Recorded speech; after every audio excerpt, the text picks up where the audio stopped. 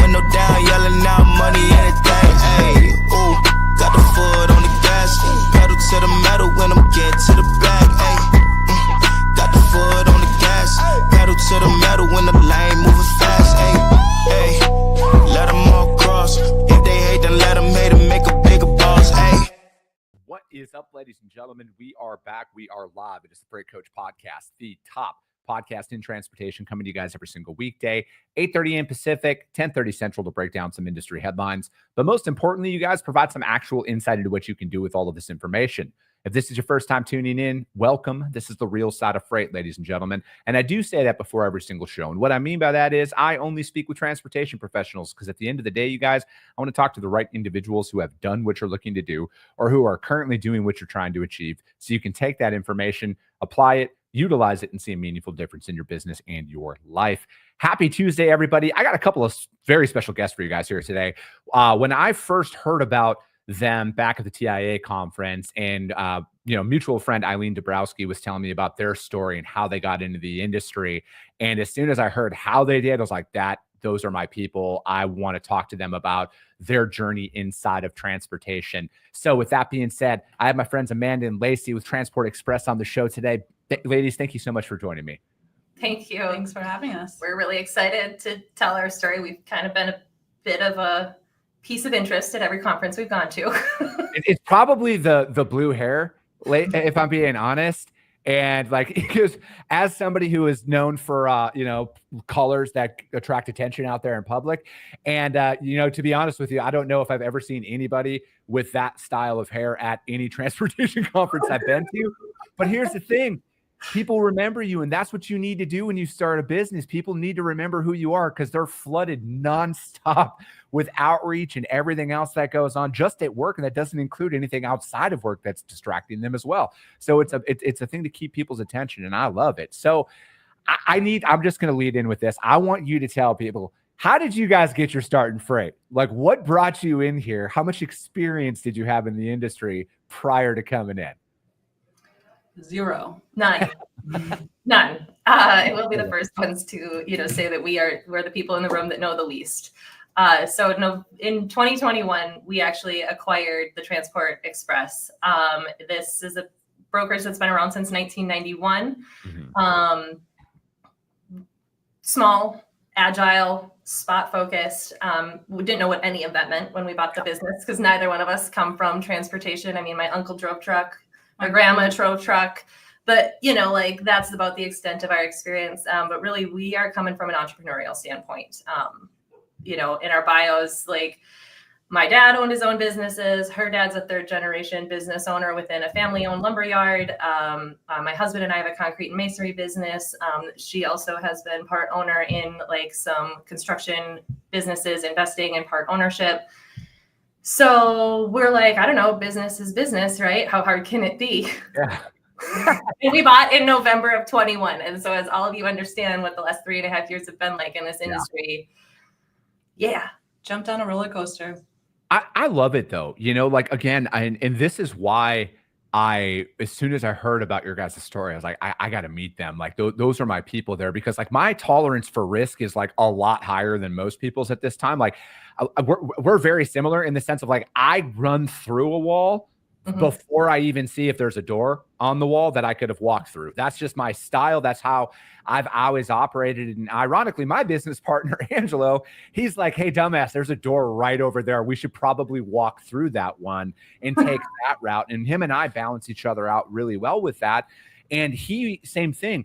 He was not in transportation at all. He was a mechanical engineer for 15 years. He had zero freight experience outside of the fact that his dad drove truck, who is also my uncle growing up. And that's kind of that was his connection to the industry. And, my dad, he was an owner op. He drove for 40 years. My great grandparents were in the industry. So it's I've been in the industry my literal entire life. But I love when people come in. And then on top of it, it's not like you guys just restarted your career. No, we're going to buy a fucking business and run and build it up like that. So I personally love that, because you have to seize these moments. And if you want something bad enough, you'll figure it out. And that's what you guys are doing. And just sitting there and talking to you both. I mean, you guys were both at the sales summit on Saturday.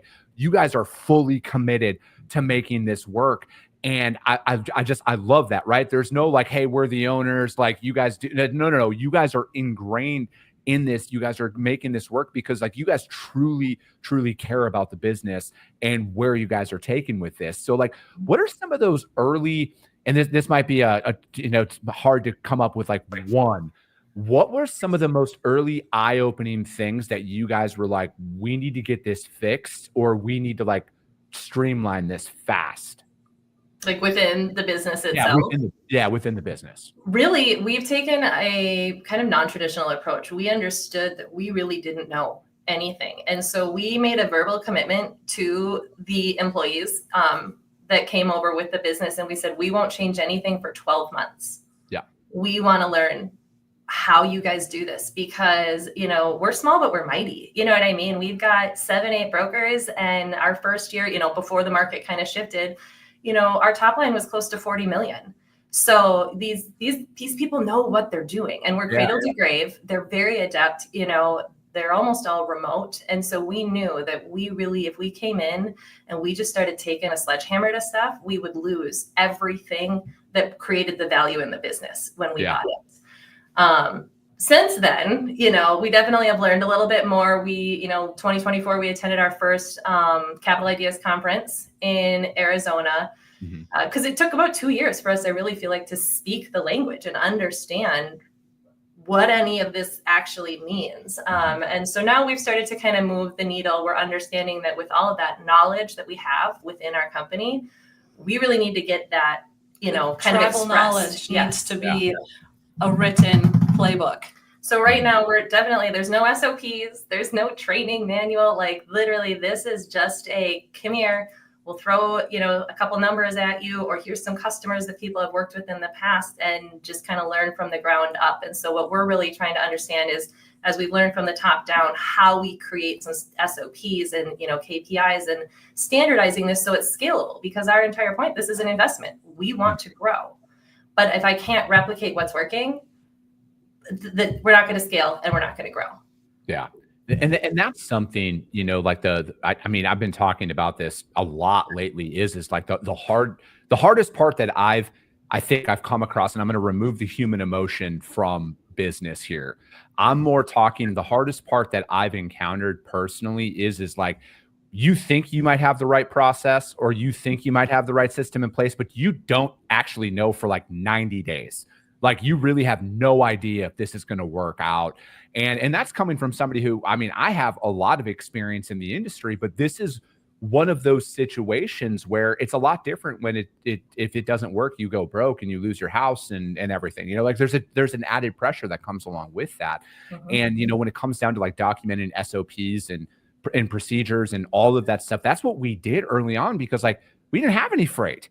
Like we're out here cold starting from nothing. And I don't think enough people actually understand what that's like, because most people, when they get a job, they're walking into customers. They're walking into inheriting a book of business that's probably, they have house accounts that they're going to be seated with. They're not actually out there hunting for their next meal, not to try and make it sound like, we were starving or anything like that. But at the end of the day, it's a big risk to come into it. And like when we started in it was like late 2022, and we spent our early days just building processes and training, because like I was doing sales consulting for those first 3 years that I was self-employed. So I'm like, hey, and that's why we started, because I'm like, man, these guys are just taking everything I'm doing and then applying it and growing. And I'm like, I was pumped, but I'm like, I gotta fucking do this for us. Like, why are we doing that? Why am I doing this for anybody else? I want to build my own. So then that's what we took, and we just documented all that stuff. So like we have like 3 weeks worth of training already documented and ready to go for when we hire people. But now, like with automation and everything that's at our disposal, Angelo and I are like, we got to stay as lean as possible for as long as possible. Because again, when you're bootstrapping a business, I don't have investors. We don't have a pipeline of cash just being influxed into our business. We got to build our coffers. We got to build our war chest, because I truly feel like we are about to embark upon a golden age inside of our country as a whole, with automation and stuff that's at our disposal, where you can do way more with less people, less resources. It's going to be scrappy and gritty. Don't get me wrong, but I'm like, my mentality is we'll figure it out. And that's what we're going to do. And we also want to iron out a lot of this early stuff before we bring anybody inside of our organization, because one thing, a challenge that you guys are probably going to experience that we won't is changing an existing organization, right? Like you said, that company's been around since 1991. Unless we start acquiring businesses, we're not going to experience that, right? So we're trying to build our playbook before we bring people on. So we're like, hey, we've already ran this all through the gauntlet. Here is a seat. Start making some dials. Let's go move some freight, That is a super good point, Chris. I mean, that is so our biggest asset is our people, right? Yeah. But it's also one of our biggest challenges because this culture is great and it's deeply entrenched, but it is old school. Which is great, because from the standpoint of people are sick of emails. They're sick of the phone calls. They want face-to-face. They want to know the person, right, that's talking to them. That idea of setting yourself up as an expert. Our people are experts for their customers. They truly are. And as we are looking forward as the leaders, that's our job, right? We're climbing the tree. We're looking ahead. They're making the path. But we have to give them direction. And so, kind of balancing those two things, the respect for their experience. Sorry, we have a dog in the background. Don't mind him. But balancing that, right? The respect and honoring everything that has worked for so long. And then also trying to guide them into okay, we're not walking away from what's brought value. We're just trying to create a couple seconds here and a couple seconds there. You're still going to be the main point of contact. And so I think that's a big reason why too, we didn't move anything in the first few years because we had to build a massive amount of trust. These people have to trust us. They have to trust that we actually know what's going on in this industry that has been their entire lives. Yeah. And so they're remote. We have one broker in the office. Everybody else is, we've got people in multiple states, which is great. But it's hard from a centralizing, a change management situation. How have you guys managed that and kept remote work an option when it seems like there's a lot of companies who are pulling that back? They're like, no, we need you inside of the office. How do you guys continue to, make that decision? Hey, this is the direction we're going to take here. Again, I understand not rocking the boat on some of those things, but it's I see both sides of the coin because I'm kind of the mindset, I don't care where you're working from as long as your work's getting done. Right. And as long as if I say I need it by 2:00, it's at my desk by 2:00, not, oh, hey, I forgot. As long as that doesn't happen, I truly feel affording a lot more of, some of those opportunities to go and kind of work remote. Cause again, I understand people have lives, right? I'm a father. I know most people have kids. I don't want any of my people to ever have to put in a request to take their kid to the doctor and stuff like that. Just stupid little shit that I feel some people over micromanage about. So how are you guys going to continue to do that where, hey, is that a direction you guys are going to stay with? Is within remote work? I think it's really important to figure out the balance between trust and accountability. They need to know that we trust them and we believe in them, but also that we do have expectations for them and what those are. So that's clear to them and clear to us what we're expecting. And that has also been kind of a point of tension. The previous owner, they did what they did and they did well, right? You know what I mean? There really wasn't a lot that he had to do from a management perspective. And so right now, any form of management can feel like micromanagement to these people. And so just being really gentle and, we have every other week, we have a company meeting. We actually gathered everybody in February in person and we did a strategic goal setting together as a whole company, flew some people in, that kind of stuff. So we're starting to create space for, allowing people to be part of the decision-making for the goals within the business and the strategy, because ultimately they're the ones driving it. We can set all the goals we want, but they're the ones that are slinging the freight, right? And they're bringing the revenue in. But I think it's interesting that you asked about, and you talked about being a father and the balancing. I think we plan to keep this remote. There's different considerations. So if you're brand new, you're blank slate hire, you're coming in the office. Yeah. And you won't be released from the office until we feel confident that you can stand on your two legs. You know what I mean? We had somebody that we hired last year to take over for a retiring broker. 90 days. He was in the office proving that he was going to protect that business, that book of business for Transport Express. And then he moved to Oregon. So, it is kind of a situation by situation. But the kind of initial plan is you will be in the office for about 90 days. But ultimately, this is why we do what we do. Yeah. I've got 3 boys. She's got 3 kids. I'm only in the office. We're only in the office 20 hours a week because, we're still holding the fort down at home most days. I've got 6 baseball games in 5 days kind of lifestyle going on right now. So we believe that it is possible to achieve a meaningful, thriving life and still be free to enjoy it. And honestly, my husband and I were walking last night and it was one of those days where we're like, why do we do this? Yeah. I wish we could just work for somebody else, honestly. Yeah. But I've tried it. It doesn't work for me. He's never tried it. It wouldn't work for him. I can tell you that. Yeah. But it's tension, but it's worth it. Yeah, I'm right there with you, and I'm glad you brought that up. That sentiment, is it worth it? Because there's a lot of days where. I've woken up and I'm like, fuck, it'd just be so easier. It'd be so much easier to just go in and just collect a salary. And, I was never a bad employee, but I always knew I could do it better than everybody. Or at least I always thought I'm like, fuck, I can do it better than anybody. That's just my mentality with a lot of stuff. And that's where, but I'll instantly snap back and just be like, no, man, you're going to fucking do this. You're going to figure it out. Yeah, it sucks in the moment because you don't let that moment go past that, right? Because I am at this point in my life, I'm going to be 40 here soon. I look at life a hell of a lot differently than I did when I was 20, right? Now I'm like, no, man, you don't know how much longer you have left. You got to exhaust all options that you possibly can to build your dreams. And I feel like that's the most alluring part to me when it comes down to building a company, especially one from scratch. Is looking back and when I was in my bedroom on a busted folding table on a broken laptop, just starting all this stuff 5 years ago to where it's been. And people hear 5 years and to most people are like, oh, that's such a long time. I fucking feel like I just started. I feel like I haven't even scratched the surface yet on what we're going to do.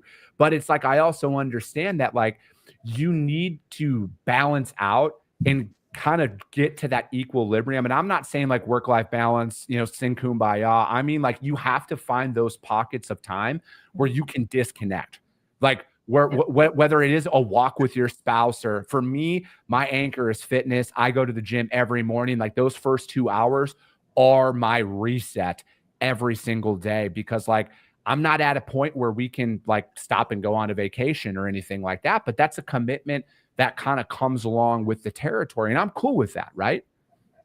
If it makes you feel any better, Chris, when we started, my husband started the concrete and masonry business in 2010. Yeah. We didn't take a vacation where he didn't work until I think it was 2019. So we were 9 years in. Yeah. And it was only because we were on a sailboat in the British Virgin Islands and he didn't have any cell service. Yeah. It wasn't by choice, but the world didn't fall apart. But to your point, 5 years, we're building, right? We're 3.5 years in. Thankfully we have each other, to kind of take team off. So I took last week off. The boys didn't have childcare. And I was I'm not doing the juggling act this year where I'm throwing kids back and forth with my husband, depending on our meeting schedules and all of that. And, and I talked to Josh Lyles a little bit about this last month. And it's this idea of holding that balance actually doesn't feel good most of the time, right? It is a point of tension. You're never going to be as much as you think you could be in any area of your life because your kids and your family and your fitness and your well-being, that deserves just as much, if not more than your business. Yeah. So something's got to give, right? This idea of you can have it all, it's well, yes and no, right? Yeah. So, I didn't get to go. We were talking about the Sales and Marketing Transportation Association was the Elevate last week. Yeah. I would love to be there. That is an area that really needs development within our company. And my kids didn't have childcare, right? And so you have to choose and then just be okay, this is what I've got and this is what I work with. I've got 20 hours a week. How am I going to spend it? Yeah. No, I agree with all of that, right? And that's the side of a lot of decision making inside of your business that isn't talked about at all, right? Because it's like when you're trying to balance your family out at the end of the day. And I feel like when most people hear like work-life balance, they think like, oh, I'm going to go away for 2 weeks and I'm going to go explore. And it's like, no, that's almost borderline impossible when you're trying to build and grow a business when you have a family and everything else. And it's like, I will say this every single time anybody asks, almost all of the reason why I've been as successful as I have in business is because my wife is an absolute gangster in regards to like supporting me. In like, if I need to leave last minute, it's always go do it. I got everything. Don't worry. And like, we're able to kind of do that, right? Because like building it is hard enough as like a single individual who doesn't have a family, but like when you add that layer of complexity on it, it does change things, right? Because it's like, I don't want to miss out on anything. Like, yes, there's some sacrifices that come along with it, but I'm like, again, back to like building out a system. I've over these last 5 years have built a system where it's like, I don't have to work at home anymore. Do I answer emails at night? Yes, I do. Right. But it's like, I'm not worrying about stuff because again, we've developed an actual system that we operate in because harsh reality for a lot of people out there, your customers do not want to hear from you at night. All right. Hate to break it to you. They do not want to hear from you at all. They have a life as well. They need that separation. And that was one of those things where it's like, when I am outside of work though, it's like, all right, what are those pieces that I can like work on the business as opposed to working in the business, right? And a lot of that comes from reading audiobooks, podcasts. That's what I do to kind of connect all of it. And like, I'm in a coaching group, an entrepreneur group called the Arete Syndicate. So I'm listening to those calls as well, because like, again, this is everything to me, right? Like I have all of this on the line. This is the biggest investment that I'm ever going to make inside of myself. And it's like, I got to maximize this because I truly feel like we have a small window to make this work, especially when you're bootstrapping it, right? Because cash flow is everything. And this is one, like in the world of, oh, just go raise money. Like, I feel like a lot of people think that that's just like, oh, that's what you do, right? If you're running out of money, just go fucking find an investor. They'll give you $50 million. You'll be fine. Where do you find that investor? Send me exactly, right? Back to the reality of all of this. When you're bootstrapping it, you gotta make $1 out of 15 cents, as the old rap lyric used to go. And that's just the mentality with this, right? Like, we have to find a way to make as much money as we can to keep this dream alive, because cash flow will kill all businesses if you don't pay attention to that stuff. Dude, we get it. Like, so we bought November of 21, right? We bought high. Hindsight's 2020. Yeah. Well, we also had an SBA loan to fund this, right? You know, Small Business Association. So we've got debt, and it was a variable interest rate. We started out with a 4.5% interest rate. And through the course of 2022, we saw the market shift. All of like the prices, right, that we can charge our customers dropped by 25%, I think. And our interest rate went up to almost 10%. So we experienced this. Like, when you're talking about cash flow, like we have definitely had some tear-filled conversations about like, holy crap, because it's not just us either. Like, you know, this idea of like, all right, I'm willing to risk this because I know that me and my family, I shop at Aldi. I'm already doing the budget thing. You know what I mean? We've definitely done the Dave Ramsey route for years and years. And so it's just one of those where I know my family of 5, we will be okay. We might lose everything, but we will still be ourselves. But the thing is, it's not just us. It's every single person in their families that works for us. So we've got 15 different families here, and I've got 20 different families at the concrete company. You know, this matters more than just the impact to me and Amanda and our families. And that, you know, that's a weight. And, you know, kind of going back to this idea of like, why do we do this? But it matters. Like, I don't know, it just, the getting up and going to work 9 to 5, like that wasn't enough for me. Even like staying home, like I was home with my boys for 8 years. So privileged and honored that I could do that. It also gave my husband kind of the time to get his business up and running in a way that he's got more flexibility now that I'm back working. But that's not enough for me. I need more. I'm just one of those people. And I think you get that. Oh, 100%. You're speaking my language there, right? Like, I would be, and I mean, I talk with my wife about this. I'm like, I would be miserable if I had to go back and work for somebody else, right? Like, miserable. Would I do what I needed to do to provide for my family? 100%. As a father, as a husband, that is my job. I need to take care of my family no matter what. Doesn't mean I'm going to be happy doing it, right? And like that is one of those things that drives me more than anything. So like when I sit here and I hear people like, oh, the market's hard, how can you even make sales calls? I would go insane if I had to go and like work for somebody. That's what drives me. Am I going to, and I've said this on the show before, am I going to look my son in the eye and be like, sorry, buddy, you can't have music lessons this month. Dad didn't feel like making cold calls. Like that pains me to think about, right? So it's like like those are the things that keep me going no matter what is I'm like, I truly feel like I can do it better than everybody else. And I'm going to build this up. I'm going to make it work. Like that old, you can put the whole burn the boats mentality thing. Like there is no fucking plan B at this point, right? Plan A or my plan B is plan A working. That's it. Like that is the only thing. And that is how I'm going to approach this no matter what happens out there, right? Because I chose the hardest path imaginable on planet Earth. You guys chose the hardest path imaginable on planet Earth. And that is building a business. That is entrepreneurship. It is not as glamorous as Instagram tries to make it out. All right. You can go rent a fucking Lambo and take some photos one day and then just drip content that for 2 straight years. Just you in a different fucking angle of the Lambo every day about how wealthy you are. I'm actually trying to build real wealth though.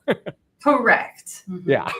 Yes. And I mean, and that's the other thing too, like, so from an entrepreneurial standpoint, like right now you've got your podcast, you've got your coaching, which also your segments of the Sales Summit. Thank you for that. They were amazing. I have multiple books that are in my to be read on Audible. I got to get through the ones that I'm halfway through already, but thank you for that. But I mean, that's the thing too, where it's like, we understand that's sort of why we stepped into this. Like, why change industries? Why buy something? Because we're very construction kind of focused. And the other thing too, that we do is like real estate investments. So like single family rentals, that idea that like property is one of the safest investments that you can make kind of a deal. But we knew we needed to differentiate. We needed something that was outside of that because 2008 actually completely ruined my parents' businesses and Matt's, my husband's parents' businesses. And, your dad made it through, but, watching our families as entrepreneurial families have too many eggs in one basket. Yeah. The diversification is key to surviving in the tumultuous existence we are in right now. Yeah. So it's been interesting, thankfully, even in kind of, everybody's telling us this is sort of unprecedented in this industry. We have nothing to compare it to. But we've been in the 2008 construction. Oh God, world. I was in finance in 2008 when the stock market crashed. Like it completely changed the trajectory of my life. Like I thought I was going to be a financial advisor. I was totally licensed to do that. And it was like, oh, just kidding. Nobody wants to do this right now. And my dad had a home building business. My advice is you're screwed. My advice is don't. Yeah, it's, to sit here and hear unprecedented times. I mean, I can understand that sentiment, but like, what if this is the precedent of how things are going to be? And like, it's funny. I'm very strategic in my content, right? So like I put out a post yesterday about how the algorithm's not broke. You're just not saying enough controversial shit. That's why your posts aren't taking off because eyeballs get, clicks.